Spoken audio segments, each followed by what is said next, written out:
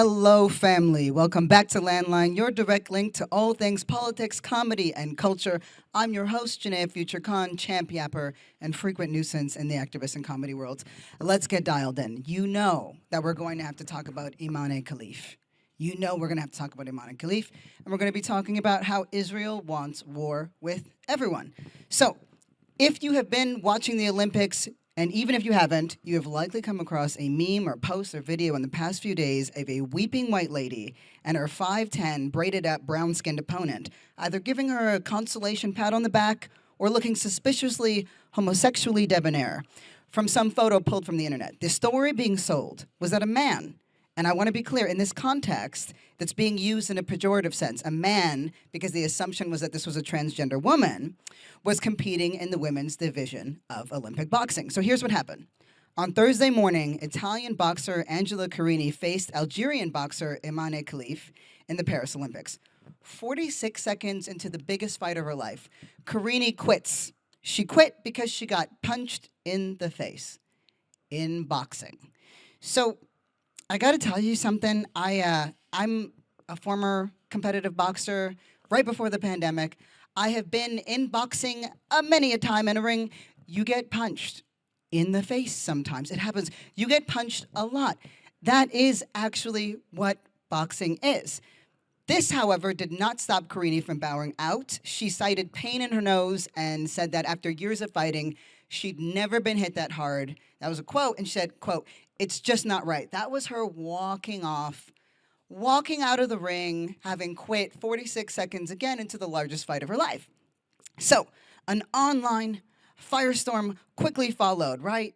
Elon Musk jumps in there, J.K. Rowling, Logan Paul, and other far-right weirdos, they all spread this lie that a man actually, was allowed to compete in women's boxing. And I gotta say, for Logan Paul, I'm particularly disappointed because my inner dude bro kind of likes him.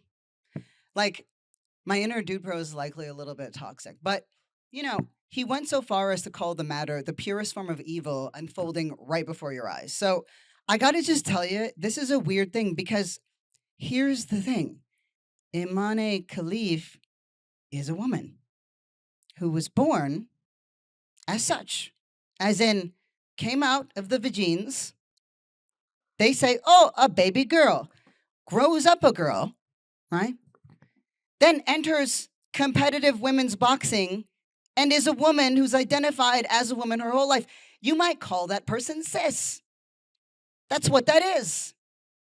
But that didn't stop any of these folks, not Elon Musk, not J.K. Rowling, not Logan Paul, and every other streamer weirdo out there, every media and news outlet that is deeply invested in anti-trans rhetoric and this whole mythological crisis of transgender women in women's sports, even though there's like 8 and only 2 of them are any good. And even then, one of those are not consistently good.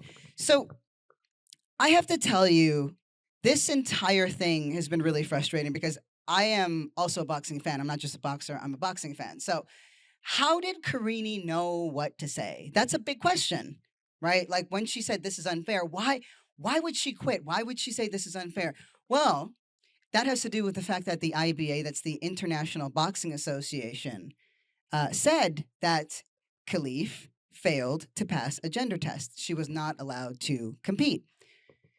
Now, that's a really interesting thing. So how is it that an athlete who failed to meet the standards of the International Boxing Association could suddenly be okay for the International Olympics Committee? Why was there this dissonance, right? Now you might think, oh, maybe there is a problem with her gender. Maybe there is a problem with her biology. Because here's the thing, Khelif, like other athletes, in fact, this is pretty standard across elite female athletics. I hate using that term. You'll hear me avoid using that term all the time. It's so weird how it's used. But anyway, across elite women's athleticism, there are generally higher testosterone levels. That could be from many different things. Some will be chromosomal, others will just be things are more naturally producing. It just happens. It just happens. So could it be that Imane Khelif's testosterone levels were so high that she was ineligible to compete in women's boxing. Could that be why? Could that be why? Well, that's the thing. The International Olympic Committee has a much more stringent process. This is not a yearly thing that you'll find in IBA. And in fact, the Olympics is responsible for every single sport there is. So it turns out that theirs is a much more stringent process. So then why in the world would Imane Khelif not make it in the IBA, but is okay? She's okay. She's still within the realm of, yes, it's higher testosterone, but she's still in the realm of, what is considered a woman. This has so much to do with the fact that the International Boxing Association hates the International Olympics Committee. Why? Because the International Boxing Association, the IBA, is Russian owned and backed.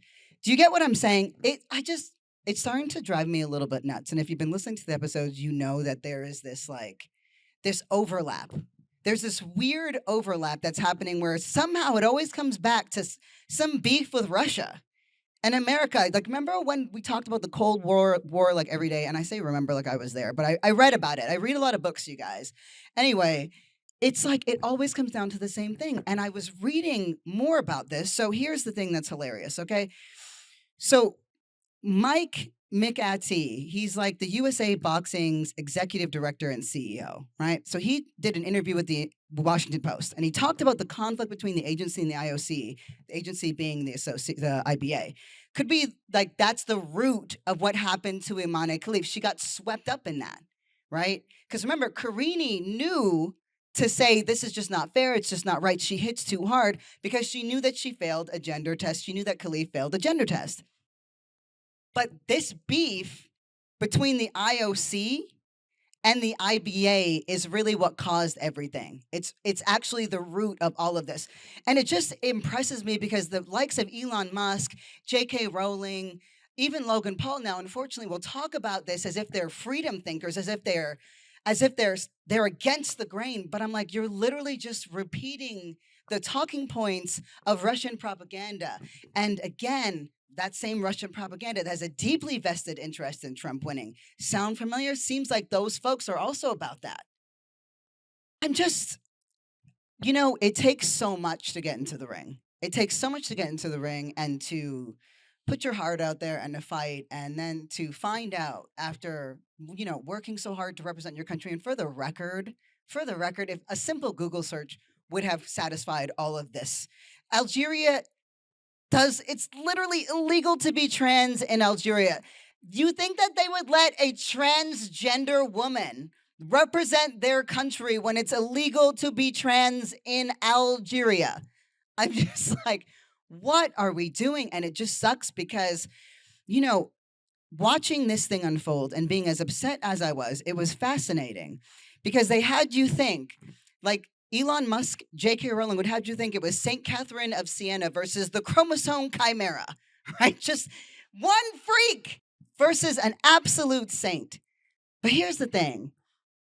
What kinds of natural advantages are allowable in elite athletics and which ones aren't? Because that's actually the question. If we're looking at the most decorated Olympian in the history of the Olympics, which is Michael Phelps, there is a list of natural advantages that he has that nobody else has, right?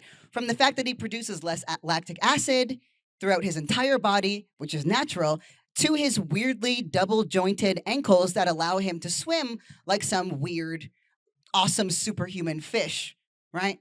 So why is that allowed? But here you have this person who just naturally produces a little bit more testosterone than maybe the average woman, but not so much testosterone that she's in the range of a man.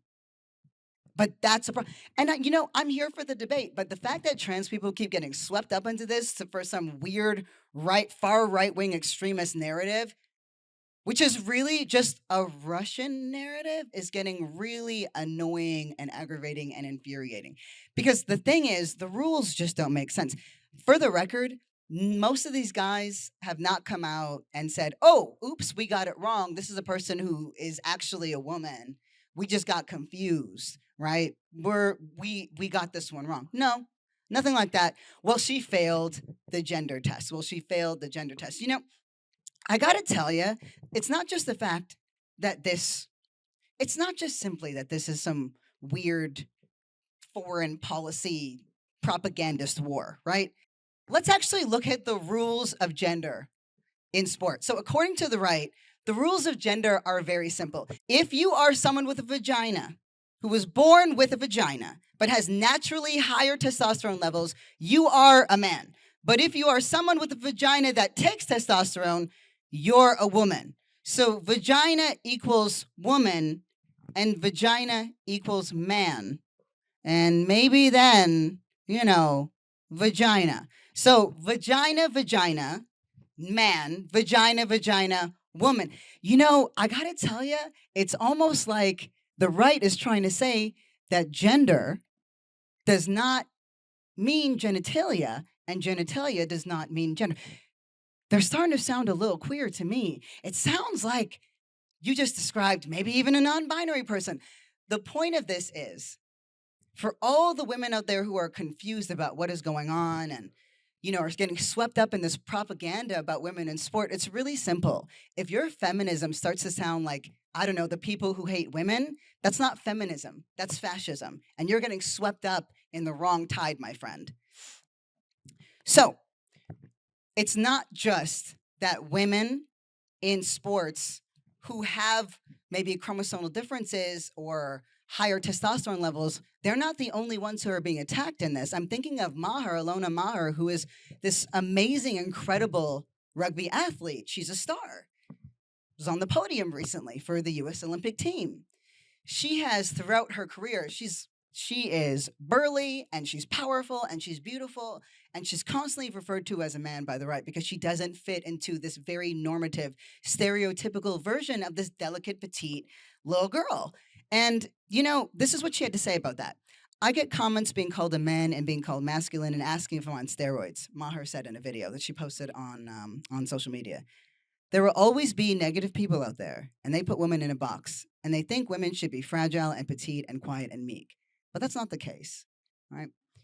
This is the thing. In the eyes of the far right, of the fascist right, and of anybody else, the only people who get to be women are the ones that they decide get to be women. That doesn't really sound like something good for women and girls. And trans people are being used as an axe to cut down women and women's rights and everything else. And my issue has been and will always be that because we did not, and we are sometimes afraid on the left to grapple with the nuances of gender, that we sometimes kick up each other to getting sliced and cut up across the right. And I know that's not most of us, but that's some of us. And I think we have to be really careful about that because I am deeply concerned about where we're headed. For the record, I'm not scared. I'm concerned. I want us in front of this narrative because we've had now first wave feminism, we had second wave feminism, we had intersectional feminism, and now I think we're getting fascist feminism. And I'm a little bit confused by that. That's not really what progress is. Because it wasn't just weirdos who were sharing this. It was also a lot of women, and I'm not just talking about the TERFs. It was a firestorm online. There were so many people who were sharing this as if it was fact. And it wasn't. It was just some 5'10" babe who was fighting a person who couldn't hack it in the ring. It was just that simple. It was somebody who quit. And you want to know something? Karini is a cop, okay? So, I don't know. Do we know any cops who tell the truth when weird things happen? Is that like a thing that they do now that I'm unaware of? I'm sorry, but that was kind of the most indicting thing about the whole moment. I was like, she's a cop. Anyway, Imane Khelif is a woman, and she is a woman according to the strictest gender binaries in one of the strictest countries in the world. So contrary to the social political war that is happening here in the United States, it doesn't supersede her biological and medical realities. That being said, biological and medical realities cannot be the only determinant factors in sport. And if they are, then they have to be applied equally. And currently they are not. Again, Michael Phelps. Should we have a cap on height for runners? If that gives you a natural advantage, what about being double jointed? What about being too attractive? I don't want to race against anybody who's hotter than me. I'm not doing that. Imane Khelif is 5'10, okay? Totally different weight category than me, then sure. But that's just disqualify her for that alone. I'm just tired of this height supremacy that's happening. I'm a preemie. It's not my fault. It's not my fault. I was a twin. I had to split nutrients. So, blame my sister, blame everybody. But I'm just saying this whole thing is a psyop. That's all I'm saying. This whole thing is a psyop. Anyway, speaking of psyops, let's get into Israel. On to the next. So we are in a really hot crisis moment right now. Jordan is in this last-ditch effort to prevent Iran from retaliating for the Haniyeh killing, and I'm going to explain to you what all of this means. So, Ismail Haniyeh is was one of the political leaders of Hamas. Right? He was assassinated in Iran, and this was by Israel. Hours after Israel just, obliterated a building on a Hezbollah commander in Iran. So let's just be clear. I had to just read all of. I was like, I need to make sure that I'm on my toes with this one. So Israel struck Hezbollah in Iran and also a Hamas leader in Iran. And at the time, the Hezbollah leader was buried under just layers of cement. So Hamas is now accusing Israel of assassinating Haniyeh, who was in Tehran for the inauguration of Iran's new president, and Iran has vowed to retaliate. Israel, at this particular moment, hasn't said much on the killing. So, who is Haniyeh? He's one of the foremost senior leaders of Hamas. You don't know what he looks like because there's a concerted effort that we don't know what they look like and anyone in Hamas. But anyway, he was assassinated, and the country's Revolutionary Guards Corps and Hamas said on Wednesday of last week that a severe blow to the Palestinian group, that's what this represents, and that this now threatens to engulf the entire region in further conflict. So, this one, I'm trying to wrap my head around the fact that Israel has frequently and constantly articulated itself as a victimized country by Hamas, a victimized country by Muslims, a victimized country by non-Jewish people, just basically by everyone and everything. If you are not completely pro-Israel and if you do not support Israel killing Palestinians, then you are anti-Semitic and you are anti-Israel and all these things. But what is very clear to me is that Netanyahu is going to do whatever he possibly can to milk this moment and this war and every penny that America can offer to keep conflict and war going. This is a moment, as Israel sees it, to strike at every possible enemy and even to create new enemies, because we all know what's happening in Lebanon right now as well. It's just never ending. Netanyahu is deeply invested in a never-ending war because that suits Israel's, I want to say existence, but it actually doesn't. Supremacy is actually the word. So that it positions them as the superpower across the Middle East, backed by American dollars. And the fact is that Netanyahu and currently lead members of the Knesset don't give a damn what America thinks about that. I don't want to sound like a patriot. It's very weird to have feelings about and use words like foreign powers and foreign entities, and the fact that AIPAC, which is a foreign entity, has one of the largest influences, if not the largest influence, as political lobby groups go, on who gets to sit in Congress. It is a problem. We have no caps and no limits on spending. They shell out millions and millions of dollars per candidate. If they like you, they get you in, near damn buy you your seat. If they don't like you, then they do everything they can to get you out of that seat. Take Jamal Bowman, for example. So I just need us to understand that in this moment with Kamala Harris coming in, right? And there's a battle right now. Is it going to be Shapiro? Is it going to be Walz? I do kind of hope it's Tim Walz at this point. There's a lot of weird stuff that came out about Shapiro that I'm kind of not into the guy. And I told you already, like, he's iffy around Israel. He's never outright criticized the country in any way that's satisfactory. Um, and has at different times applauded the country's approach in terms of not Yahoo and how it deals with Palestine. So we're just in this moment where Israel not only wants war, but are willing to attack any country in the Middle East at will. Is America going to get pulled into some massive World War III?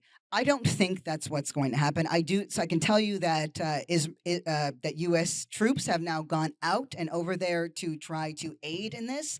I can tell you that it's hard for me to imagine a world in which America cuts off completely funding to Israel. Although I think with Kamala Harris, we do have an opening to maybe redirect some of those funds to, I don't know, after school programs, infrastructure, arts, student debt, changing the Supreme Court, anything awesome, anything at all, something that's just fun or maybe good for people, just one of those things.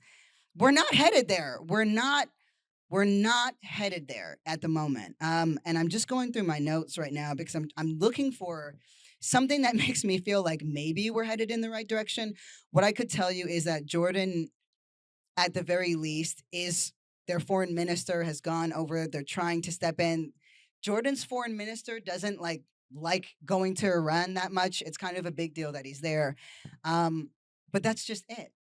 If Iran retaliates, they're the evildoers. Israel can do what it wants, but retaliation, and this is where that Islamophobia comes up. So I'm going to be paying special attention to this. I do want to say that Iran has, as I mentioned previously, they just inaugurated their new president, Masoud Pezeshkian, and I do have to say this is not a laughing matter. But for a guy to get assassinated on your first day on the job, that's a tough way to start. This is not a laughing matter, but that's a tough way to start any job. Okay, and I think he's probably going to do the best that he can. That's good. There's a lot more to be said on both of these matters. We have time for it. We'll be getting into it and as these issues unfold. But with that, sending so much love out to you. Let's hit up those voice notes and those voicemails and hear that question of the day. Hi, Janaya. My name's Rose. I'm 62. I'm from Australia. How you going? I just wanted to say that I've been a big fan, especially since 2020, when you came into my view on Instagram, and I absolutely devoured every sermon that you put across at that time. One particular one, you came forth with the analogy of the penguin army. And I'm wondering where you are with that at the moment, if it's still something of a motif with your activism. And I ask because I noticed that you're sort of changing gears a little bit around the vernacular of trans identities and how we describe them as opposed to cisgender women. Just for the record, I'm bisexual. I'm a mother of 3, 2 cis men, and my daughter is trans. I also want to just venture forth and say, you know what? You don't necessarily have to be homophobic to not necessarily be into anal play. I think it's perfectly reasonable for people to be into it, and it's perfectly reasonable for people to have an aversion to it. I don't even think about men having sex when I protect my booty hole. Love you so much. Oh my goodness, Rose, I gotta say, I love you too. What an amazing set of questions and insights. My goodness. I really appreciate this because I actually just asked a friend. I was like, "Am I making myself clear around trans issues versus women's issues?" So this is a great opportunity for me to just lay it out. And for those of you who don't know what the penguin analogy is, it's basically like I have in the Sunday sermons, you can find them online somewhere on my IG, but I talk about the kind of structure that we're in. And if you think of an hourglass shape, you have the hierarchy, right? And then the bottom is like the lower hierarchy. And at the hierarchy, you have all basically in an American context and a Western context, white people are part of the hierarchy, but that upside down triangle indicates that there are different ways that privilege is experience. So if you are a queer person or you are somebody who is disabled or poor or neurodiverse, like these things change how you access power, even if you're white. That is the superstructure that we live in. At the very bottom is the lowarchy, a term coined by Asada Shakur, and essentially it's just like where power is by gradation, your proximity to whiteness. So, and it's so stupid because all of this is made up. But it's how we operate. And so, if you look across the world and really across the West, you'll see that at the bottom of the lowarchy, there's always Black and Indigenous people. If you're looking at who's in prisons, who's being murdered, who's being displaced, the darker the skin, the more Indigenous, the worse the experience. So I was like, what if we had a penguin analogy that was more like a spiral? So the penguins, emperor penguins, the penguins on the inside are the warmest, and the penguins on the outside are the coldest. And gradually over time, they move and they shift so that everybody's getting the care that they need. So it's the idea of if there's a community in crisis, that community in that context that it's in needs to be held and kept warm. And then we do this rotational thing. So where do trans women and cis women sit in that? So my personal beef with the left, and it's a very small beef, but it is a meaningful one, is that a lot of trans rhetoric was about being unique and kind of separate from women's rights as a whole. And that was a disservice to the left and disservice to trans people and trans women and a disservice to women. That rather than seeking uniqueness, and that is just so much of that, so much of the experience was just like we're the canaries in the mine and no one's ever. We didn't fight for abortion because abortion wasn't cool, and thus we lost trans rights because abortion was never about abortion or women's rights, but body autonomy. And so I want to say that trans people, I love us. I also am so annoyed by us as we are annoyed by our family members and the people that we kind of love the most, to be honest with you. So I'll just say that it's not changed for me that much. I think watching how things have played out has been really frustrating. And I think I want to do a better job articulating that with more consistency because that trans people are being used as a lightning rod issue. And this is a perfect example of that, is very clear. But we lose together. And that's my point. We always lose together. And so if we try to separate ourselves and say, well, trans women are different in terms of being unique, and women are different because of this, we lose each other in the plot. We actually need to absorb each other. And I would really love to see a point in time where women's rights fold in trans rights, because trans rights simply is not expansive enough to fold in women's rights. So we're both being attacked. We're both getting swept up and lost in the narrative. We're both being used as lightning rod issues, trans people and women, right? And particularly trans women, as we know.